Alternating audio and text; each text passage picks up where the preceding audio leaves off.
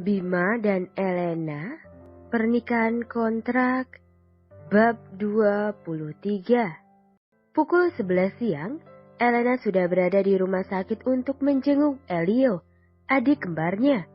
Hari ini sama seperti hari-hari yang lalu.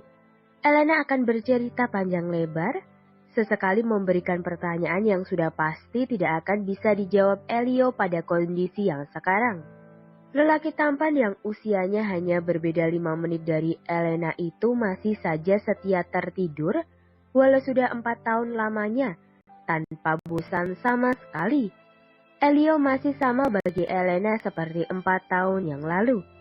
Kulitnya putih bersih, alis tebal terkesan tegas, dan tumbuh jangkun persis ibu mereka. Bahkan El masih mengingat bola mata Elio yang berwarna hitam persis miliknya. Tetapi, Elio dan Elena memiliki perbedaan terutama pada tinggi badan mereka.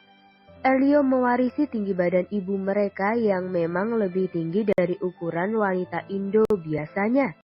Sedangkan ayah mereka justru lebih pendek, dan itulah satu-satunya hal yang El warisi dari perawakan ayahnya. Selebihnya, ia dan Elio mirip secara bentuk wajah dan warna kulit yang membuat orang-orang terkadang kagum dengan paras mereka. "Hailey, aku sekarang udah nikah loh. Maaf ya, akhir-akhir ini aku jarang jenguk kamu. Maaf juga, kakak ipar kamu belum bisa kesini. Sebenarnya dia memang gak aku ajak sih, soalnya buat apa juga?" Elena tertawa sumbang sambil menatap jari tangannya yang bertautan dengan jemari Elio. "Aku udah ceritakan ke kamu tentang pernikahan kontrak aku sama dia. Jadi ya..." Ucapan Elena menggantung. Ia kemudian menyandarkan punggungnya di sandaran kursi. "Mungkin dia gak akan mau dan gak akan peduli kalau aku ngomong tentang kamu ke dia," lanjut Elena dengan suara lemah nyaris seperti bisikan. Matanya memandang wajah tampan Elio yang nampak pucat di hadapannya.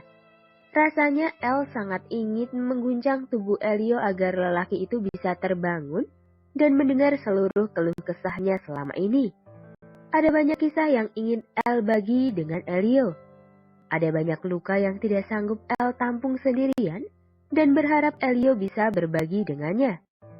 Elena ingin membagi semuanya dengan adik kembarnya.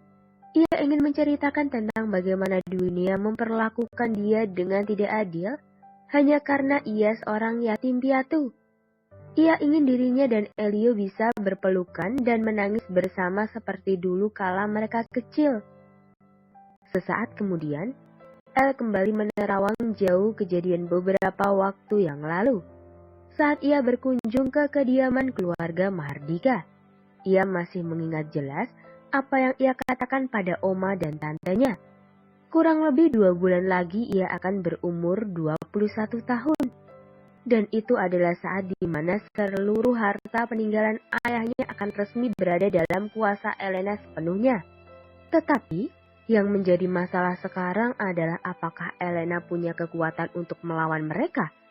Sementara Elena tahu, oma dan tantenya selalu punya 1001 cara untuk membuat dia jatuh dan gagal mencapai apa yang El inginkan. Sementara di kantor, Bima sedang menghampiri Okta, sekretarisnya untuk menanyakan schedule-nya hari ini. Pria itu mendekati meja Okta dengan tangan kanan yang berada di pinggang dan tangan kiri yang sedang menggosok-gosok dagunya. "Apa saya punya kegiatan penting hari ini, Okta?" Okta segera memeriksa iPad mini miliknya. "Sampai jam 4 sore Anda bebas, tapi jam 5 sore Anda ada undangan pesta ulang tahun pernikahan Tuan Syakrir Assegaf, pemilik Dream Corporation." Bima nampak menggaruk ujung alisnya seraya berpikir sebelum lelaki itu menjawab dengan cepat. "Untuk undangan itu, abaikan saja. Saya rasa tidak ada untungnya saya berada di sana." Setelahnya lelaki itu pergi begitu saja, menuju ke arah lift.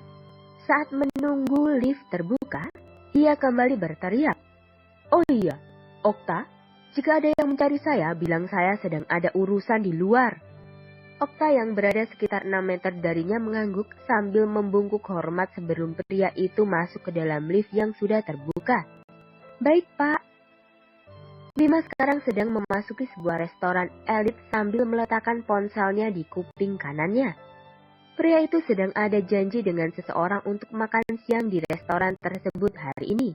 Hampir semua mata orang yang berada dan makan di restoran itu terpusat pada pria yang baru saja memasuki restoran itu dengan setelan jas abu-abunya serta kacamata hitam yang bertengger sempurna di hidung mancung pria itu. Sementara Bima hanya cuek dan acuh, menganggap seolah mereka tidak ada dan hanya fokus pada panggilan telepon sambil mencari-cari di mana tempat lawan bicaranya sedang duduk.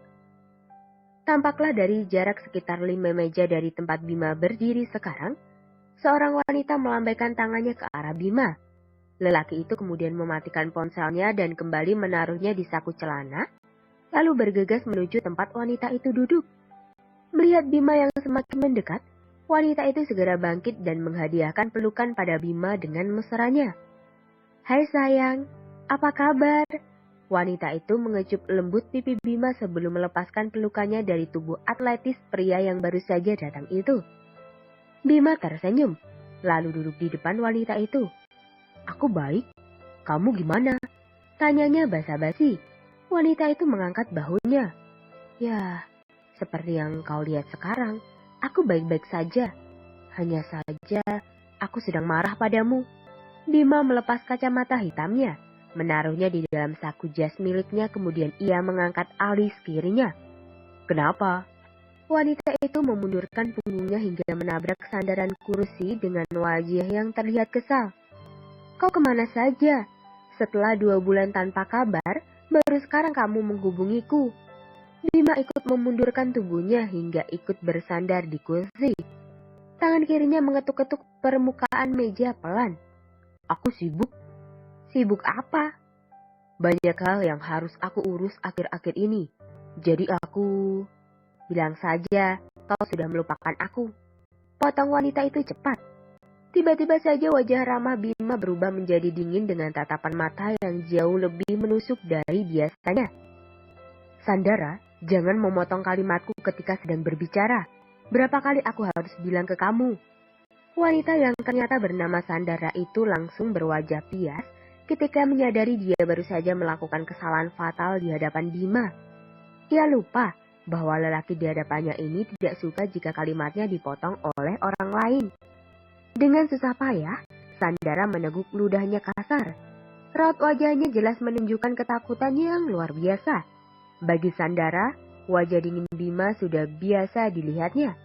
Namun wajah dingin Bima yang sekarang benar-benar terasa jauh lebih menyeramkan dari biasanya. Dengan kadar segini, sudah cukup membuat Sandara hampir tidak bisa bernafas sekarang. Maafkan aku," ucap Sandara ketakutan. Matanya tertunduk menatap tautan jemarinya sendiri.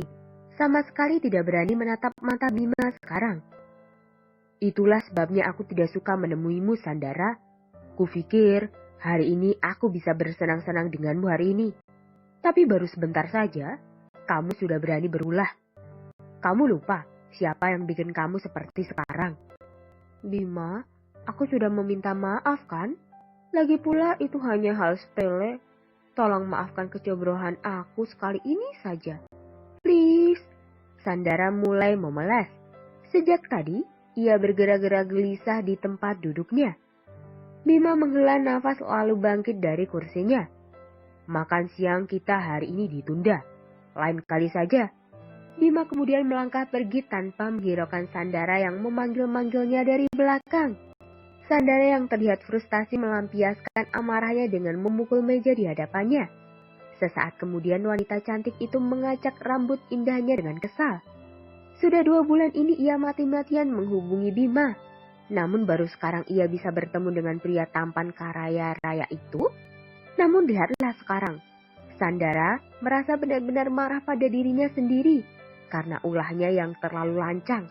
Akhirnya Bima malah pergi meninggalkannya begitu saja. Terima kasih telah mendengarkan.